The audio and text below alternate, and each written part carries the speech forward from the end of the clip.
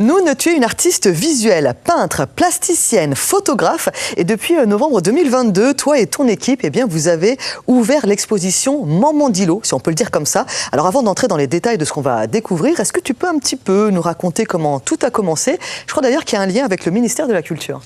Oui, c'est vrai. On a été lauréat d'un dispositif qui permettait aux artistes de faire des projets un peu ambitieux. Et notre première envie, ça a été de mettre en avant la signification du mot Guyane, qui veut dire terre aux mille eaux. Et donc, on a voulu trouver comme ça un personnage mystique qui puisse traiter de l'eau. Donc, Mamandilo nous a apparu comme le personnage auquel on avait envie de s'y attacher. Chacun d'entre nous, avec T2I, qui est mon associé sur ce projet, on a une relation particulière à la mer de l'eau. Et donc, ce projet nous a permis d'évoquer à la fois des problématiques sur l'environnement, mais aussi la position des femmes dans la société, ou encore les récits ancestraux qui ont perduré malgré le poids colonial. Bien sûr. Donc voilà, tout ça sous un fond de hip-hop, parce que c'est notre culture commune. Et donc voilà, on a créé comme ça une iconographie, des images qui permettent de parler d'un imaginaire qu'on a voulu remettre en avant avec modernité et tradition.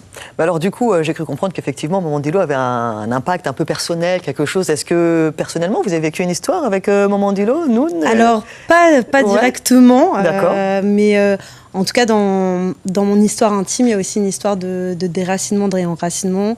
Et il y a la mer, l'eau, la mer océan en tout cas, qui est un élément très important de mon histoire personnelle. Et donc du coup, voilà, j'ai en 2019 entendu parler pour la première fois de Mamandilo ici en Guyane. Et ça m'a donné envie de m'intéresser à ce personnage mystique. Il y a eu comme une révélation. Et pour toi, T2I, tu l'as croisé quelque part? Non, j'ai pas encore eu cette chance. Mais depuis tout petit, j'en entends parler. J'ai eu l'occasion de m'exprimer artistiquement via un premier titre autrefois sur la thématique. Et quand nous, on a mis en avant la volonté de s'exprimer à nouveau sur le projet, c'est venu assez naturellement de repartir sur ce chemin-là. Et moi, Mamandilo, mon rapport à ce mystérieux personnage, c'est que ça me questionne sur toute autre chose, c'est-à-dire plutôt la spiritualité. La spiritualité autour de cela, surtout quand on voyage au Brésil, on voit que le rapport à un personnage similaire n'est pas du tout le même. Donc, voilà, c'est surtout sur l'aspect spirituel que ça m'a pas mal chamboulé et questionné. Pas mal touché. Alors du coup, je me retourne également vers William et vers Annie. Est-ce que Mamandilo, pour vous, c'est en une seule phrase, bon personnage, mauvais personnage, ça vous touche ou pas? C'est une légende. C'est une légende. C'est une légende, et c'est un bon personnage en principe. Très bien. Et pour toi, William? Ah ben oui, c'est une légende. C'est une légende, effectivement. Et ça nous appartient, ça fait partie de la... Tu voulais réagir, Moira? Oui, en fait, je me demandais quel retour vous avez eu de la population, parce que c'est vrai que là, elle est assez positive, tout comme ça l'est par exemple au Brésil. Mais sur le territoire, il y a aussi des visions assez négatives de ce personnage-là. Donc, comment les personnes ont reçu cette vision-là? En tout cas, pour nous, l'idée, c'était de travailler aussi avec Annie-Claude Clovis, qui est une experte en mémoire orale de Roura, et qui nous a confié justement des récits d'anciens de Roura, de Gangan, qui ont vu Mamandilo et qui ont rapporté un message positif autour d'elle. Donc l'idée, c'était aussi de pouvoir parler comme ça d'un autre regard, d'une autre facette, et peut-être interroger sur la relation qu'on peut avoir. Pourquoi est-ce qu'on la perçoit comme méchante? Pourquoi est-ce qu'elle est méchante? Est-ce que c'est parce que c'est une femme noire de pouvoir? Voilà, on pose des questions à travers ce projet-là. Voilà. Alors du coup, en parlant du projet, ce qui est bien, c'est qu'on parle d'art, mais l'exposition, c'est un mélange d'art et d'univers complètement variés. Voilà, qu'est-ce qu'on va retrouver comme création? Des tableaux, des photos, des sculptures? Des peintures, du design graphique, de la musique, des vidéos, des installations, des sculptures. Tout ça se mélange parce qu'en fait, nous sommes des artistes pluridisciplinaires, nous maîtrisons différents médiums, et ce projet-là, c'était le bon motif pour combiner tout cela à la fois. Vraiment. Donc il y a une 50aine d'œuvres, mais là, les œuvres qui font le tour du monde, il y en a peut-être plus une 20aine. Ok, d'accord. Choisi avec j'imagine... L'idée aussi, c'était de faire appel à 35 artisans locaux, que ce soit de la carrosserie à de la sculpture, en passant par de l'accessoire, du make-up.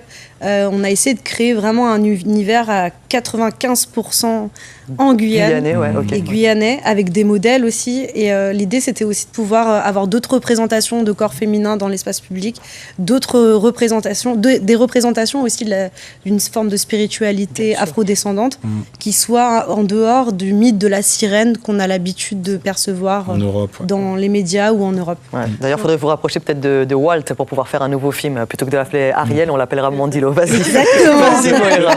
Dis pas non. Donc, les œuvres qui voyagent en ce moment, elles ont toutes été exposées d'abord en Guyane et elles ont toutes été conçues ici. Exactement. Affirmatif. D'accord. Ouais. Et est-ce que c'est prévu qu'elles reviennent? Est-ce Elles qu'on sont pourra déjà de nouveau ici. voir... Ah, Il y a une d'accord. partie qui est ici, en fait, il y a Ouais. une autre partie qui a été produite à l'extérieur parce que c'était plus facile de reproduire en Certaines extérieur choses. que de faire voyager. Alors, il y a des choses comme, par exemple, Naufrage, qui est une œuvre sculpturale de T2I, où c'est un jet ski qui est impossible à faire voyager. Ou moi, j'ai une œuvre qui s'appelle Totem, que j'ai réalisée avec un ébéniste et un sculpteur ici, qui fait 200 kilos, qui est impossible à déplacer si facilement. Donc, ce qui voyage, c'est principalement de la photo reproduite, les peintures.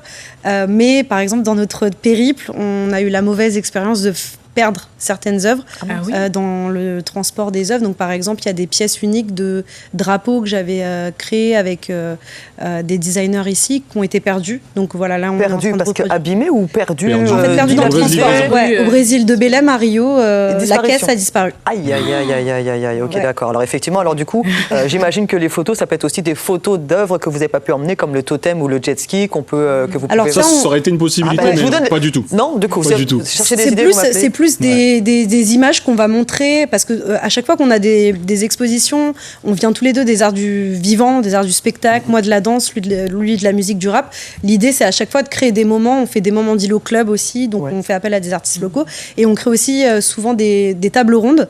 Et donc lors de ces tables rondes, on montre aussi les images en Guyane. C'est hyper important de montrer, que ce soit au Brésil, à New York, des images d'ici, Bien sûr. ailleurs. Oui, puis c'est bien comme ça de rapporter pas simplement l'art, mais toute la Guyane dans Exactement. toute son authenticité. Alors je rappelle d'ailleurs que le projet Mamandilo a été exporté donc au Canada, à New York, au Salvador de Bahia, Rio, Paris, encore d'autres destinations. Est-ce qu'il y a des endroits prévus ou des endroits qui vous font rêver et que vous êtes en train d'œuvrer pour pouvoir poser Mamandilo là-bas aussi? Alors Toute la justement, le Caraïbe, Canada, toute la Caraïbe, le Canada aussi, parce qu'il faut savoir que c'est la seule autre partie francophone du territoire sol américain, américain, du ouais. sol C'est vrai. américain, entre l'Amérique du Sud et l'Amérique du Nord, où il y a aussi une très forte créolophonie.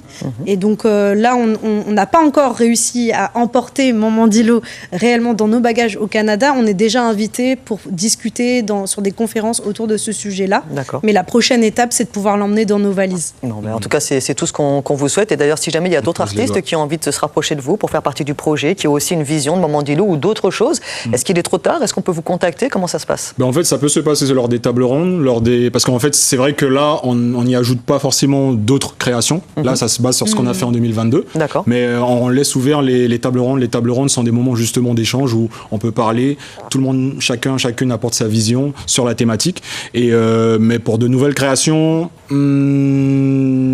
on peut toujours en parler. On peut y mais, réfléchir, C'est voilà. pas fermé, mais bon, on peut y réfléchir. On n'est pas fermé, mais on peut y D'accord. réfléchir. L'ouverture, Pour- elle s'est vraiment faite, plutôt sur la musique, sur les musiciens. C'est-à-dire qu'à Ouais. chaque fois, à Rio, à Bahia, à Paris, on a invité des musiciens de la communauté afro-diasporique pour pouvoir venir échanger aussi sur cette thématique-là en musique. D'accord. Et c'était une façon plus facile d'accéder à cet échange. Bon, ben, en tout cas, on vous souhaite bien sûr de pouvoir exporter Mamandilo déjà vraiment au Canada après cet échange et puis un petit peu partout dans le monde. Voilà, comme nous aussi, Guyanais, on bouge un peu partout. On est toujours fiers de voir un petit peu de chez nous partout et de voir que le reste du monde s'y intéresse. Et il faut passer peut-être par des fois des choses un petit peu traditionnelles pour s'intéresser à l'humain.